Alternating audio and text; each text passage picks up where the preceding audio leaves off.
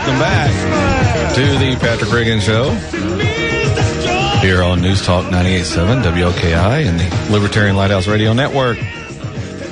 This Monday, in case you've been asleep, is Memorial Day. Now, we have government officials, military officers, and, yes, even misguided American citizens. They'll give speeches, pontificate on how our soldiers have lost their lives in war, where they're, in fact, fighting for freedom, fighting to protect our way of life.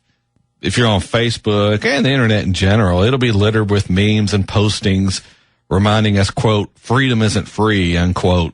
All this will be going on because somehow it makes people feel better about themselves and their country, but unfortunately, all of this is fake. Now, the sentimentality, for the most part, the sentimentality is sincere. People really want to believe these soldiers dying overseas are fighting to defend our country, fighting for our way of life, and to protect our freedom and liberty because, again, as it will be posted over and over, freedom isn't free. But they aren't. They are fighting because our government wants to tell another country how it should run its internal affairs, just like it does to us back here in our own country. And it's a hard pill for a lot of people to swallow, to be told the reason we aren't appreciated in this world is partly because it's our fault.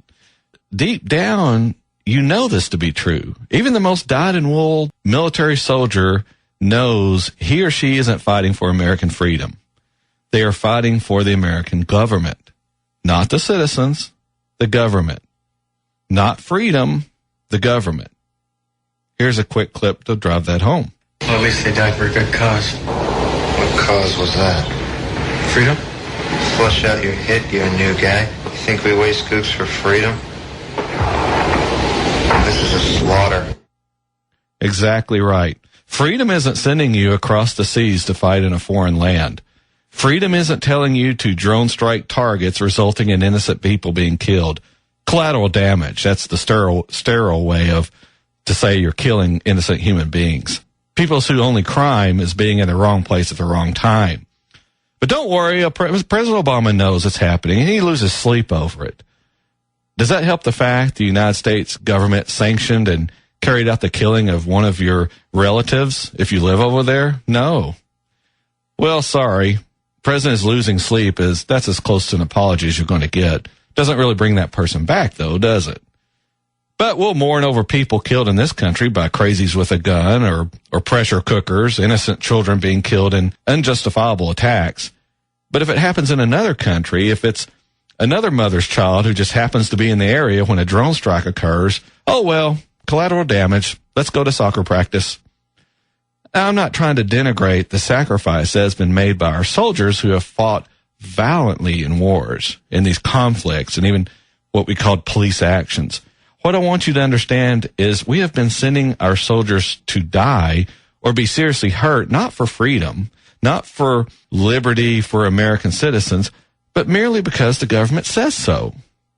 And yes, we were attacked on September 11th, but how many people have we killed since then in this so-called war on terror?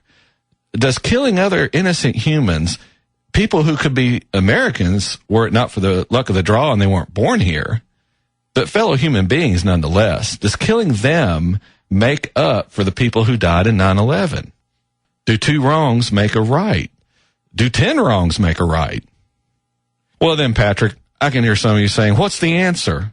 What should have been done? Well, I'm not sure I have the answer for that. But I do know subjecting another country's citizens to the horrors of war, that's not it. Bringing the pain and anguish of family members dying for no reason other than living in a particular country at a bad time, that isn't the right thing to do, is it? When we have a psycho killer go on a shooting spree here in this country, we don't go kill their relatives who had nothing to do with it. We don't think the answer is killing more people and bulldozing their houses. That isn't the answer here, so how is it the correct answer in another place? If killing people who aren't threatening you in one place on the globe isn't right, then how can we justify it in another? We can't. But Patrick, those so-called innocent people we've been killing in drone strikes, those people who were the terrorists, they were hanging out with them, they're in on the whole thing as well. They're friends with the bad guys, so they know what these guys were up to. So, okay, well, by that reasoning, the people who started all this 15 of those 19 hijackers were from Saudi Arabia. The others were from Egypt, Lebanon, and the UAE. So I guess we should start killing their families, their friends in those countries, because they were seen with the hijackers before they came here. But, if we start violating the sovereignty of Saudi Arabia and the UAE, they'll probably shut off our oil supply, so we won't do that. Look at how the rest of the world views our policies.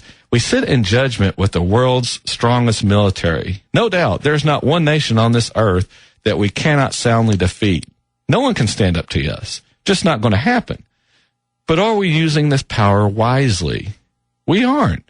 Our military is for defense of our country in an event of attack. And you'd say, but we were attacked on 9/11. Yes, we were. We were attacked, but we can't look at the world as if it started on September 11th, 2001. Take some time this weekend on Memorial Day. Google the United States and what we've been doing in Iran and the rest of the Middle East since the beginning of the last century. All the turmoil we've been involved in, and not just in the Middle East, but all around the world. The people who have died as a direct result of our intervention, of us installing puppet regimes, no matter the reason. What I want you to think about is Memorial Day. Take a moment to remember those soldiers who have needlessly died in wars our government insisted on fighting and still insists on fighting. If anything, these soldiers deserve an apology and a promise that we aren't going to do, that we are going to do everything in our power to make sure we stop this insane foreign policy, this slaughter of our soldiers and the people around the world. Make this Memorial Day the day you decide to become politically active, that you're going to work to get good people in office, people who respect other people's natural human rights, because supposedly we believe all men were created equal. All humans are created equal. So I don't have time for my normal sign-off, but most of your listeners know where to find me on the web anyway. What I want to do is tell you is have a safe and fun Memorial Day. Make this one count for something. Have a great week, and we'll see you next Saturday afternoon. There we go, at 4 p.m. right here on the Patrick Riggins Show here on News Talk 98.7 WOKI. When you pick the panorama, you never knew that there was anything more than gold. Join us again next week for another solid dose of truth. The Patrick Riggins Show, Saturdays at 4 on News Talk 98.7 WOKI.